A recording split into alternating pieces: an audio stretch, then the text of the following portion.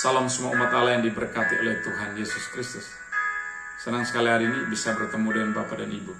Saya, Pastor Urbanus Stephen, akan membawa firman Tuhan hari ini dengan tema peran Roh Kudus dalam kehidupan orang percaya. Yang diambil dalam teks Alkitab 1 Korintus pasal 12 ayat 1-11. 1 Korintus ditulis oleh Rasul Paulus kepada jemaat Tuhan yang ada di Korintus yang mengalami berbagai macam persoalan. Salah satu pokok penulisan adalah membahas soal peran Roh Kudus, fungsi Roh Kudus yang diragukan oleh jemaat yang ada di Korintus. Oleh sebab itu, hal ini sama menjadi sebuah amanat teks yang kita lihat tentang khotbah masa kini. Kita belajar bersama bagaimana hal yang terjadi di zaman Korintus itu juga terjadi di era hidup kita hari ini. Banyak orang meragukan tentang peran Roh Kudus, bahkan para teolog juga yang sudah mendeklarasikan, mencatat dalam buku-bukunya bahwa Roh Kudus, ada yang berpandangan bahwa Roh Kudus hanya bekerja pada waktu masa hari Pentakosta. Apakah benar demikian? Oleh sebab itu mari kita lihat, belajar firman Tuhan. Yang pertama, bahwa jangan kita ragu karena Roh Kudus yang memberi sebagai sumber pemberi karunia itu. Dan yang kedua, Roh Kudus yang telah melimpahkan karunia dalam kehidupan jemaat.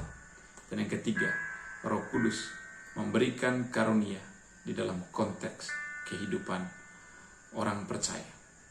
Yang pertama, firman Tuhan berkata di dalam 1 Korintus pasal 12 ayat 4 mengatakan demikian. Ada rupa-rupa karunia, tetapi satu roh. Dan ada rupa-rupa pelayanan, tetapi satu Tuhan. Sumber pemberi adalah Tuhan.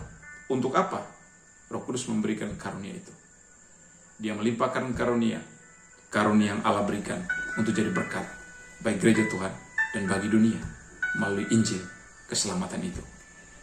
Oleh sebab itu saya percaya sebuah dasar teologi, Allah yang transendental telah menyatakan dirinya sebagai iman. Dia bekerja berkarya untuk menolong umat Tuhan masuk di dalam kekayaan ilahinya. Karena Roh Kudus bekerja dalam konteks kehidupan yang saya bagi menjadi 3. Pikiran Allah, hati Allah, dan perkataan Allah.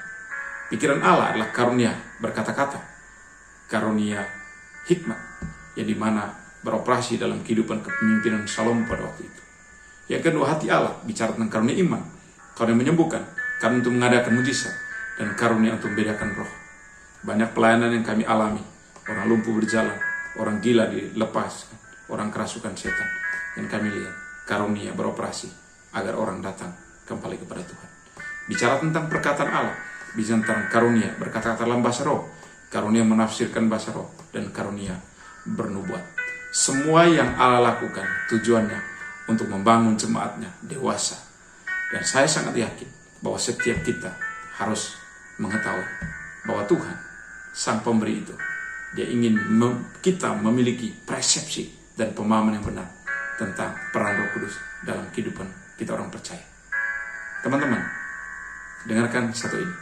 Roh Kudus yang satu dan sama telah memanifestasikan karunia dalam konteks kehidupan jemaat untuk membangun jemaat dalam kelimpahan karyanya yang agung.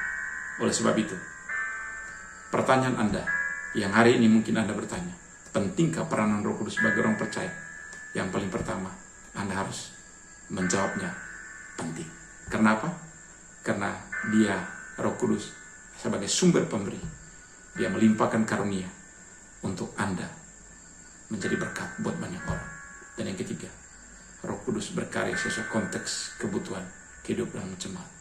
Saya berdoa hari ini, dimanapun Anda berada, Anda mengaktifasikan karunia Roh Kudus. Dan saya yakin, dunia bertepuk sebelah ketika Anda mendemonstrasikan karunia. Tapi surga memberi jempol ketika Anda punya karakter. Tuhan Yesus memberkati. Saya yakin hari ini merupakan hari yang luar biasa. Terimalah Roh Kudus dan aktifasikan Roh Kudus. Karena Roh Kudus memanifestasikan karyanya untuk sesuatu yang besar bagi jemaat Tuhan, sehingga jemaat bersinar untuk kemuliaan Tuhan. Amin.